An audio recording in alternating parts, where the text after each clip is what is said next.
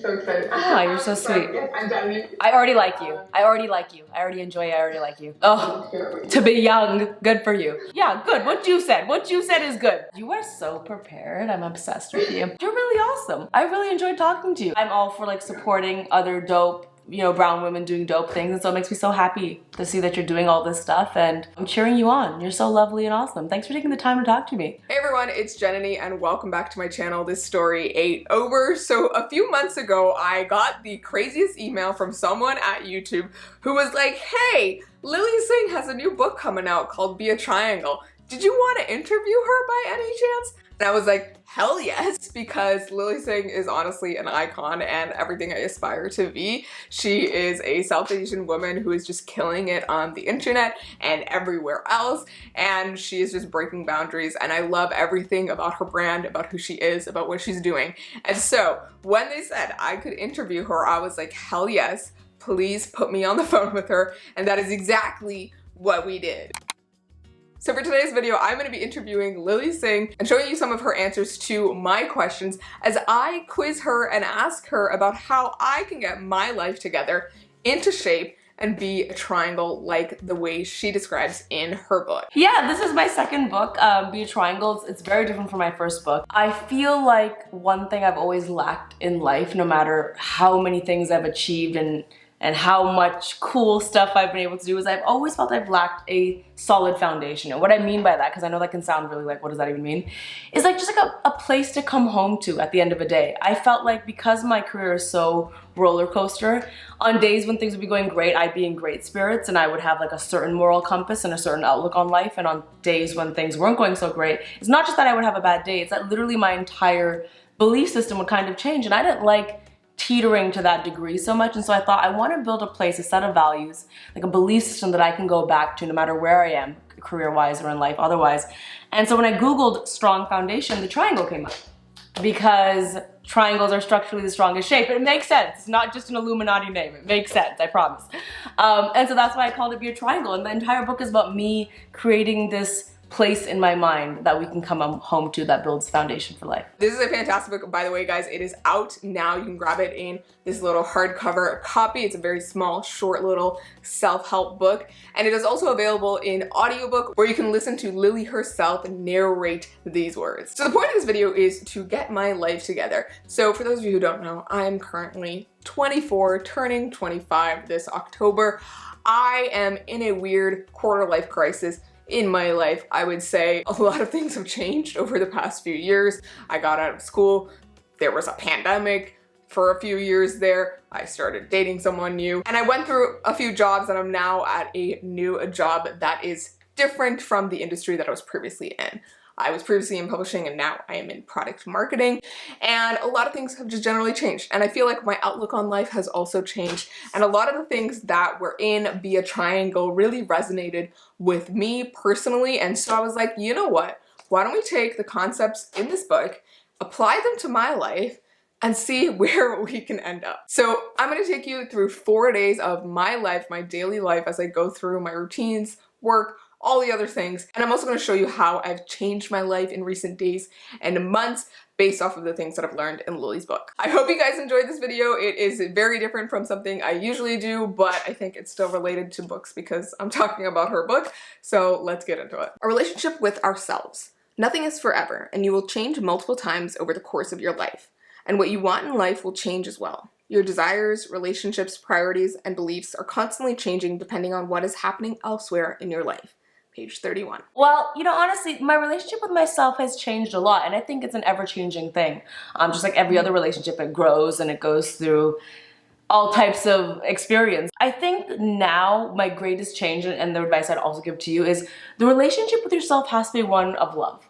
And I know that's a really common thing to say, but I really want to emphasize that, because I think when I was 25, the relationship I had with myself was one of like a critic versus someone else. It was me working really hard on things, but from the point of view of a critic, like, do this better, do this well, why didn't you work harder on this, we have to do this or else. It wasn't always from a place of support and grace. And I think why I'm a happier person, and you know, to be fair, maybe that's a product of being in your 20s. Maybe you can afford to do that in your 20s, and maybe as you get older, you're like, I don't want to do that anymore. So allow the natural journey to happen. But for me, where I am right now is I still want to hustle hard. I still have lots of goals I want to achieve, but I think I treat myself like more of a human. I treat the relationship of one of love. You know, I give myself grace when I work really hard, but if I want to have a lazy moment, I let myself have a lazy moment. My relationship with myself now is one of patience and just giving myself the permission to be human. And I encourage everyone to try to get to that spot with themselves. Because we can really be quite cruel to ourselves. Alrighty, day one. So on day one, it was a Monday, and I woke up at 8 a.m., the usual for me, typically. Ever since the pandemic, I've been working from home, so my days start a lot later than they did when I used to commute all the way downtown Toronto. So here I'm getting up, and I start off my morning by doing my skincare after brushing my teeth and all of that. I love doing skincare. It really calms me down. It gives me a nice start to my morning. And it's one of the ways that I've been treating myself as a human, as Lily says in the interview. It just brings me joy and brings me so much calm. For day one, I do my usual uniform of bike shorts and a top and some socks while I'm working from home. Generally, because I'm working from home and I'm on Zoom calls, I only need the top half of my body to really look presentable, and the bottom half, it doesn't really matter. So I'm usually wearing bike shorts because they're comfortable. Here, I'm just organizing my desk and getting ready for the workday, setting up my laptop, firing it up. You'll notice on the left-hand side, I have like a bunch of cabinet drawers, and those are actually new ones that I bought recently to organize my space a little bit better. I feel like that's something I've been focusing on a lot, just making sure my space is clean and good for me. Here I've got my avocado toast, my coffee, some good things that I'm hoping to put into my body at the start of the day. I'm really focusing on eating healthier breakfasts and just having breakfast these days, which is part of the reason why after work I head out to the grocery store and Shoppers. First, I stop for some tampons and pads because essentials. And then I head out to get some ingredients for overnight oats, which I thought might be fun to try out as a healthy breakfast snack. You'll see me making them in a little second, but I did end up not loving them. I think oats are just not my thing, but it was nice to try and see if this was like another additional breakfast I could do in the mornings. Right now I'm alternating between avocado toast and then some granola and dairy-free yogurt. And it's really working for me. I feel like I feel so much more energized in the mornings because I am being kind to myself and treating my body like a human. And, you know, it's really working for me. I think during the pandemic, I learned a lot of bad habits and, you know, was sleeping in super late and not having breakfast and just feeling super tired all the time and really unsatisfied with life, I think. And so these recent weeks of just, you know, waking up a little bit earlier, having proper breakfast has really helped out. Here you'll see that I dumped a bunch of cocoa powder in by accident, like way too much, so I had to like shovel it out. But this is actually a lot of fun to make these overnight oats. I got this recipe from a TikToker named Moribon. I think that's their account name. I'll leave them linked down below. They're so cool. And these are tiramisu overnight oats. I think I'm not particularly an oat person, but these were still really good. I think they just weren't sweet enough for my taste. I should have added more maple syrup, but regardless, it was cool. It looked aesthetic in the jar. And I put some sliced almonds at the top there. So yeah, it added some crunch and I quite liked that. Next up, after work is done and, you know, I've done my shopping and everything, it's time to edit some videos. So particularly here, I'm editing a sponsored reel that I had to do, and it took a while. I'm not much of a TikTok person. I mean, I watch a lot of TikToks, but I'm not very good at filming them, so this was a struggle, but it was my first time ever doing a little skit type of video, so that was fun, but it took some finessing to edit. And that's what I spent most of my evening doing, and then I edited part of this vlog as well, or this video, I would say. Okay, so in the first section of Lily's book, she talks about a relationship with ourselves. And one of the things she talks about doing or trying out when you were reading the book is making a list of adjectives. So her list of adjectives were hardworking, funny, and insecure. And what she sort of describes here is that although these are 3 adjectives that she would use to describe herself, she is not all 3 of those things at all times of her life. Sometimes she is more insecure than usual, sometimes she's more hardworking than usual, sometimes she's more funny than usual, but sometimes she is not insecure and she's more secure, and you know, these things are just always in flux. So I thought, let's take this idea and think up 3 adjectives to describe myself. So I went with hardworking, which is one of Lily's, because I feel like I'm pretty hardworking. I spend a lot of my weekends and evenings doing YouTube stuff, and I could, you know, just be watching TV. So here I am. My next one is kind. I feel like I'm a pretty kind person. I do pride myself on trying to be kind to people when I can. And then my last one is definitely anxious. So Lily talks about being insecure. Mine is definitely being anxious. I worry about a lot of things that I do not need to be, as many of the people close to me tend to point out. But the point of this is that I am not always anxious. I am not always kind. I am not always hardworking. Sometimes I want to be really lazy, sit on the couch and watch a show when I'm really tired. Sometimes I am very sure of myself and I'm not worrying about what other people are thinking, and I am just going and doing the thing. That is often my mentality that I have to keep up when I'm filming a video or when I'm trying to put up a video. I have to ignore all the outside voices.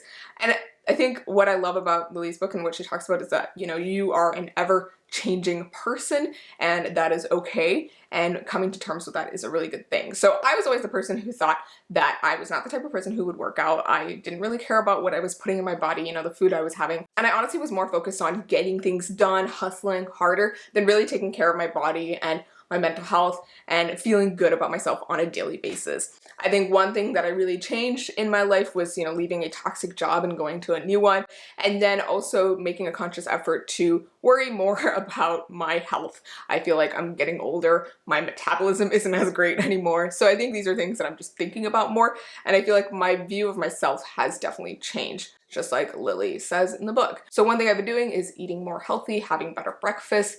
I've also been going to the gym now, which is a totally new thing because I never thought I'd be the person who goes to the gym. And here we are. And I think these are just some really great changes that I've implemented to my life, and I definitely feel better about my body and how I feel on the regular basis.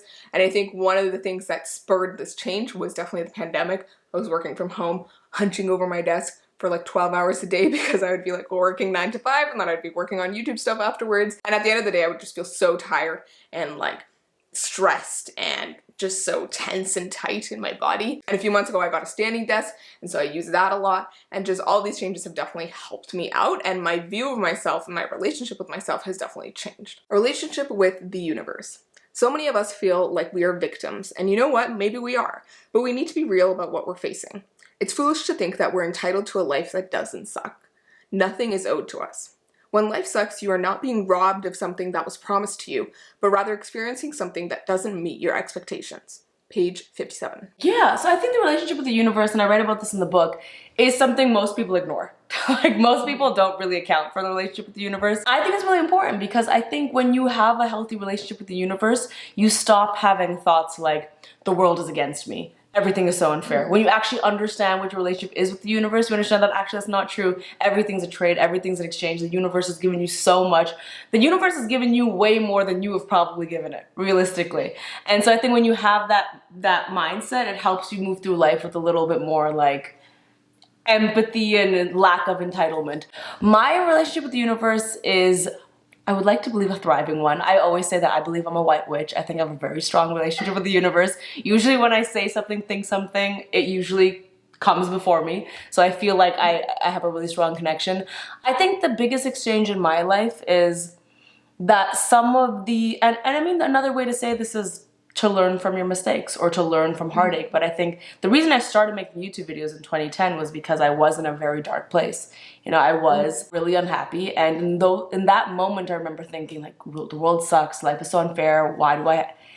And that feeling is what got me to make YouTube videos, to try to build a community and try to get myself out of that funk. And now my entire career is because I made that choice. And so really, that's the exchange. Like, I'm not saying that that moment didn't hurt and it wasn't valid, but it gave birth to this amazing career. And so I encourage us to all think of life like that. I know it's hard when you're in pain, but The universe always has your back. Thus far, 100% of the time, it has had your back. So nurture the relationship. I love that. And I love how you talked about your experience because, yeah, like you were in a bad place and you decided to give joy to the universe and the universe sort of paid that back. That's a lovely way to look at it. Yeah, good. What you said is good.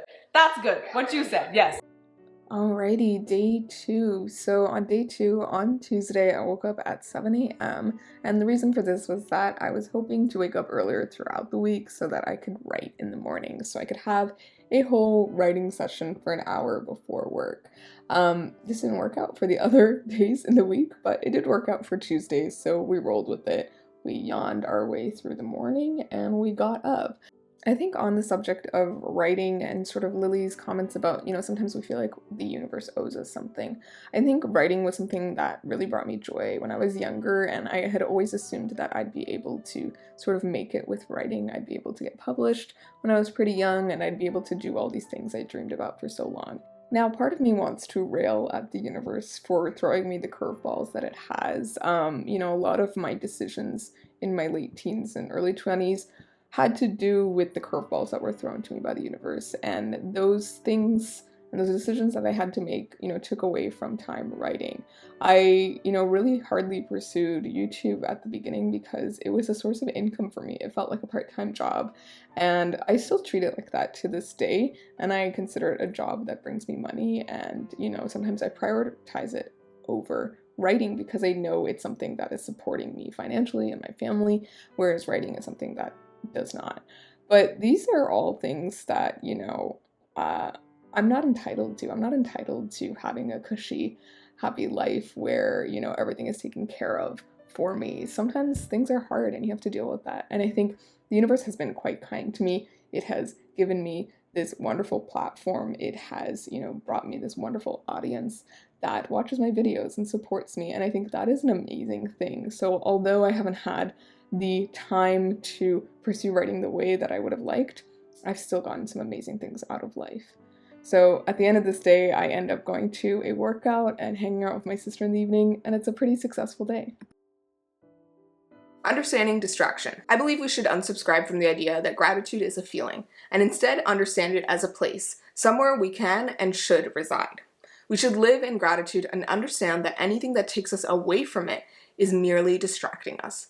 Page 71. It's human nature for us to get used to all of the things in our life. When you first get a house, you're so grateful, and then a year later, you're like, oh, my annoying house is doing this. It's human nature. We get used to everything, and we become ungrateful. Mm-hmm. I think it's important to actively practice gratitude. So my place of gratitude is me being like, hey, this morning I woke up in my house, I felt this way, I was with my dog, I'm going to my job that I'm so good. It's like building that world up by saying it out loud. Right now, my place of gratitude is I have a job I love. I've done a lot of jobs that I don't like. Late night show. I have a lot of jobs that I don't like. I won't mention them. Late night show. But now I am doing a job that I really, really love. I'm shooting the new Muppets show, and it's so fun, and I wake up every morning so excited. I'm really, really grateful for that. Some of the distractions that can happen are, I just shot like a 15-hour day. I'll get home and be really tired, and it's easy in that moment to be like, oh, work sucks, but that's a distraction. Like, you're tired in that moment. Tomorrow you get to wake up, be excited, and do the exact same thing. And so I think, for me, tiredness is right now a distraction.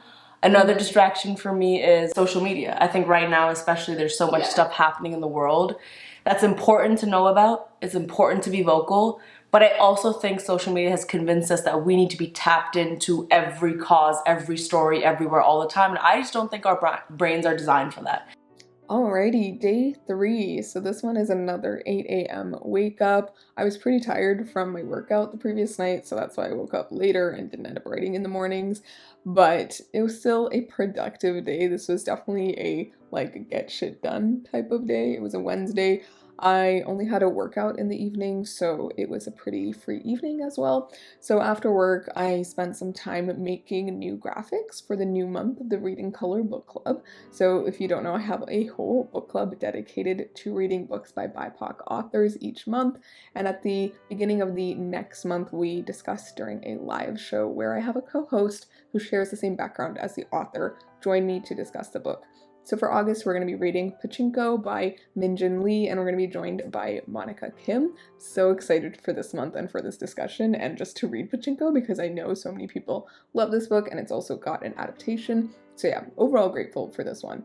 I am really grateful in general for my book club because I think it's just such a wonderful, safe, and beautiful space where people are just trying to expand their horizons and understand other people and other perspectives. So I really, really appreciate that.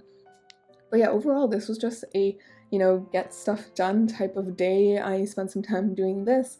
I edited more of this video. I planned some videos out as well, which was really good. And I just felt overall really productive. While planning some videos, I also bought some books online for some future videos. I didn't buy all of these books, but I bought some of them in the end, so that was nice. And then I also pulled out my current read, which is The Vanishing Half by Britt Bennett. And this book, my guys, is so fantastic. I fell in love with it, and more thoughts to come in my next video because it's a bit of an experiment video, but yeah, I love this book. I was listening to the audiobook while following along in the book because recently I've noticed that I have some focus issues. So listening to the audiobook while following along really, really helps me stay in focus and really connect with the story. So that's what I've been doing a lot more of recently. And then at 8 p.m. I headed out for a workout in my cute matching purple set of workout clothes. Matching sets are my new favorite thing. I absolutely love them, and getting new workout clothes is just, yeah, my new hobby. So that's been fun. And yeah, I had a pretty intense workout. This was the second day in a row. I feel like the Tuesday workout really wore me down, but the Wednesday workout was like pretty nice, getting back into it and like reinvigorating all of those muscles. So it was overall a really nice time, and I really, really enjoy my time with my personal trainer as well. So a lot of times when I am tired and I've had a long day, I do not want to wake up on Saturday morning at 7 a.m. so that I can put my makeup on and film a video for you guys. I start to think, oh, I wish I didn't have all this other work to do. I wish I was one of those people who, had a really high income and didn't have to worry about a side hustle, or, didn't have to do this with my free time. I wish I had more free time to just hang out with my friends or just chill out or that kind of thing. And this idea of just like being tired and being constantly busy are really distractions from the thing that I actually really love doing. All these things sound really bad, but it's like when I think about it, I really do love doing this. I love making videos for you guys. Even though I don't love spending hours editing, I love finally getting to put out a video for you guys and watching the reaction that you guys have and hearing all of your comments and getting to connect with all of you. I think those things are things that I love and are actually my place of gratitude. And so everything else is just a distraction from that. And so remembering that is really important. And I've definitely tried to remember that more recently, especially with the recent break I had and coming back to things and realizing that, yeah, sometimes I need a break and sometimes I can't keep moving on. But a lot of times this is the thing that I wanted to do, and putting in that work doesn't matter. It's just a distraction to the thing I love doing. Implementing design. It's easier to follow rules than to question them. It's easier for people to say that's just the way it is than to figure out a new way of doing something. And that is why we give the world permission to tell us how to be and what to do. We accept the template rather than implement our own design. Page 76. One of the biggest things that I think has made an impact in my life is I have decided that I want to prioritize fun. And I know that sounds a little strange, but it's true. I think I have made a lot of decisions in my life because the networking was good, because maybe I needed the financials of the situation, maybe because like I was told it was a good opportunity or it would lead to XYZ. I am in a place right now where I want to have fun. Like I don't mind working hard. Like I just said, I worked a 15-hour day and I didn't mind it because I loved working that job. But in order to do that, now when I have business meetings with my team, we don't only just discuss the financials and we did really discuss like, am I gonna have fun? Like, do I actually even like this? And it sounds strange, but that would never count for anything back in the day. Mm-hmm. But now I literally be like, hey, all things aside. Oh, and also the reason I will say yes to some things, even if the money is not great or there's no money at all, is am I gonna have fun? If the answer is yes, and that counts for something. I think that's one of the reasons I'm a lot happier right now, is I'm doing things that are a lot of fun. Another thing is I have always been the person, I'm not a morning person at all, and I've always been that way, and I've tried mold myself into this person and I'm just simply not. I would rather have a morning where I feel rested, I can wake up and I can have a little bit of me time. So I've actually blocked on my calendar now every day from 8:30 to 10. It says Lily's morning routine, and nothing is allowed to be scheduled at all in that time. And whether it's me meditating, or whether it's me just eating breakfast, or whether it's me just like having a few extra minutes in the morning, that is a design where I'm like, you can judge me all you want. I'm a business owner. My day starts at 10. And that is how I want it to be. I know you wake up at 6. And you know what that means for you? Your mornings suck. My mornings start at 10. Okay. And I felt guilty, but that's the design I've implemented, and that's what it is. Alrighty, day 4. So this is the final day of the vlog, and on this day I woke up at 8 a.m. and I took a quick shower because I knew I was going to be going out in the evening, and I started off my day with a morning meeting where I just had to listen in, so I decided to have my breakfast during that meeting, my avocado toast and coffee. And this day is one where I prioritize fun, just like Lily said. I think younger me would have stayed in on a day like this to get some YouTube work done, to get that extra view, to get, you know, that extra sponsorship, whatever it was. But me today is all about dressing up and getting out there and having fun on the days when I want to have fun. So on Thursday, I went out to see Russell Peters at Scotiabank Arena, and this I went to with my boyfriend and a few of our friends, and it was honestly a really fun time, lots of laughs. And afterwards, we went to this really cool tequila and like Mexican food place. We got some mango margaritas, we got tacos, we ordered some guac for the table, and overall it was a really fun and just really nice night. I got home super late and it was totally worth it, even though I was super tired the next day, because I just had so much fun. And I think these days I'm just prioritizing a lot more fun when I can. All right, the final section of Lily's book is implementing design, and this is probably my favorite section of the book because one of the biggest things that she talks about is unsubscribing from ideas that no longer serve you. I think a lot of us grow up with certain ideas that are just like drilled into our heads, and we have a hard time of breaking free of those ideas and these fundamental axioms that we have in our life. And so Lily talks about a lot of ideas that she unsubscribed from in her life while writing this book, which you should definitely go check out and read. And so as I was thinking about, you know, my life in the past few years and the things that I've changed in the past few months, I came up with a few ideas that I've unsubscribed from. So the number one idea that I think I unsubscribed from is the idea that I always had to say yes to any opportunity that I got. I think when I started my YouTube channel, I was just so excited by the idea that, oh, I could make money off this, that I could get these really cool opportunities to speak with authors that I love and promote books that I was really excited about, or go to places or do things, or just even getting an arc. That was just a really cool concept to me. But these days, having done this for quite a long time now, I am starting to unsubscribe from the idea that I need to accept every opportunity that I get. I often am saying no to things, which is just a really like liberating experience, let me tell you, when you feel the freedom to be able to say no to things. I think it's definitely not something that I could have done at the beginning of doing YouTube, but now that it's been a few years that I've gotten to a certain point, I feel that I can say no to more things. So these days I'm saying no to more arcs. I am saying no to more time commitments. I've also said no to a lot of sponsorships. Before I would say yes to so many sponsorships because I just believed that this was like the next stepping stone to whatever else I want to do. And I think now I am comfortable with saying no to them and being okay with like not having that income because there is a better partnership probably out there. One thing you may have noticed that I've actually said no to is I think a year ago I decided to stop doing unboxings. So I think at the end of 2021 I decided I didn't want to do unboxing videos anymore because I was just collecting so much clutter from all these exclusive items that they would put in these boxes. And so I stopped doing those and I felt so much better because I didn't have all of this stuff piling up in my house. And recently I got rid of some of the leftover stuff that I had from before and it just felt so much better. Another thing I said no to recently and decided to let go of was the Epic Book Recs series. So for those of you who haven't noticed or didn't know, I had a series of videos that I used to do on the Epic Reads channel where I would recommend a bunch of young adult books based off a certain theme each month. And while I really loved doing that series for the 3 years that I was doing it since 2019, I absolutely loved every one of the videos that I made and all of the books that I got to recommend and just see whole opportunity of that series, I started to feel that, you know, I wasn't really enjoying adult books anymore, and I felt like I wasn't really bringing that much value to anyone anymore. I had gone through so many themes, and I didn't feel like there was anything more to do with that series, and I felt like it was just time to let go. And after deciding to let go, it was just like this very like cathartic moment, because I didn't feel stressed about this idea of creating something that I wasn't completely happy with. Another idea that I totally had to unsubscribe from recently was the idea that you have to accomplish something by a certain age. And I think a lot of people have this notion when they're younger, and then as you age, you start to realize, you know what, maybe I'm not gonna have everything together at 25.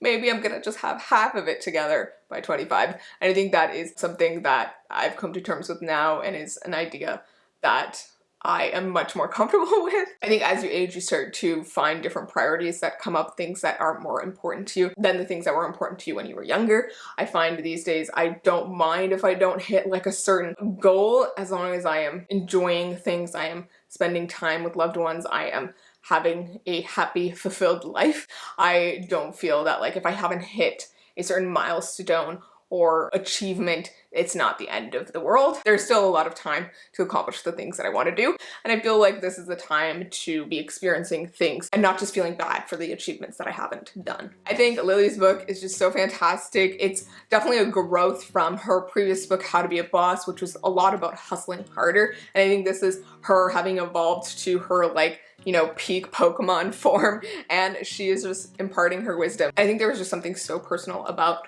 this book that I just absolutely loved. So I personally really enjoyed it for this part in my life, and I hope you will go pick it up. Grab Be a Triangle by Lilly Singh, available in hardcover and on audiobook. I really hope you guys enjoyed this video. Let me know what you thought of this new type of content, this more like day in the life self-help type content. I would love to hear your thoughts on it. And if you want to get more regular updates on my reading and my regular life, I would go check out my Instagram, Twitter, Goodreads, and TikTok in the description down below. I will see you guys in my next video, and please remember that this story ain't over. Bye!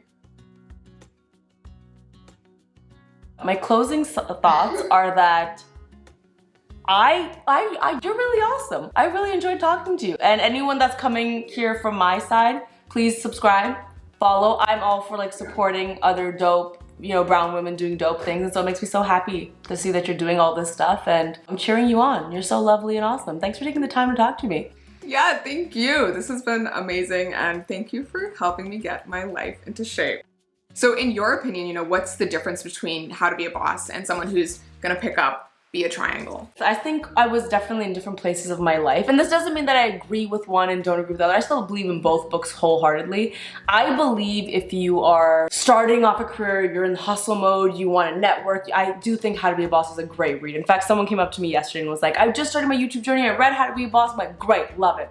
I'm not saying Be a Triangle is not for them, but I'm saying if someone wants to dive deeper into like spirituality and what all of these accolades and goals mean, I do think Be a Triangle is a great companion book to that as well. How to Be a Boss, before I wrote it, I knew everything I wanted to write. I had the outline, I knew all the stories, I didn't have to learn anything additional. Be a Triangle, I didn't know any of the stuff in this book when I started writing it. I literally started writing it, stopped because I didn't know, and I had to go on this journey of self-discovery and learning in order to write this. So that's why I say that this book is a little bit more of like a victory for me, because I had to go on the journey to learn, whereas How to Be a Boss are things that I've just gathered over the years and I knew I needed to offer people. Yeah, no, I completely feel that, because I remember reading How to Be a Boss and I was like, these are all the lessons I'm learning from Lily, and you know, all the things that she's learned over the years. But as I was reading Be a Triangle, I was like, I feel like I'm going through the journey with you and learning things with you, which I absolutely love. And I feel like, you know, I'm going through similar things in my life at this point, where Be a Triangle is like what I needed, and I love that. So thank you. So I did want to talk, since we are on my booktube channel, I want to talk a little bit about books. What are some of your other favorite books or books that you'd recommend, whether it's self-help, nonfiction like your books, or, you know, fiction books? And I know you have a really awesome book club, so please do tell us about Yes, you are so prepared. I'm obsessed with you. Yeah, I mean, I have to pick up some of my friends here, because I swear this is not biased. I'm sorry, I have cool friends, but like my friend Jay Shetty has a book, Think Like a Monk, that is great. And I always bring up his book because so for people that don't know, he's a monk for many years. He's not anymore, but When it comes to advice, I think there's a lot of self-help out there. I always think about the person giving the advice. And I think for everyone, that's what it should come down to. When you look at someone like Jay, whose whole life is dedicated to purpose and service, and as his friend, I can genuinely tell you he's like that even offline, like he's very dedicated to service. I just feel like that book is a gem for everyone to hear from his words and his experience. Having said that, I usually, when I read, gravitate towards fiction, which is why I started my book club, Lily's Library. It's dedicated towards highlighting South Asian stories. So authors' stories, because I really do believe that South Asian stories are not only cool for South Asians to read and be like, oh my God, it's me, but it's also, I get so frustrated when people don't think that our stories can be universal, where they think that like, it's not relatable, who's gonna enjoy this? No, I do think, just like I grew up watching everyone else's stories, I do really believe that South Asian stories are awesome and deserve credit, and I think everyone can enjoy them. And so we're on our like 4th book right now, which is a great one. It's called The Good Girls. But I still keep saying the first book I chose, which is called Tell Me How to Be by Neil Patel, was such, I read that book in literally a day. It was so good. It's about a mother and a son and their relationship. It has like themes of queerness in it and like secrecy in Indian families, and it just spoke to me so much and was so dramatic and so funny, and so I could not recommend that book enough as well.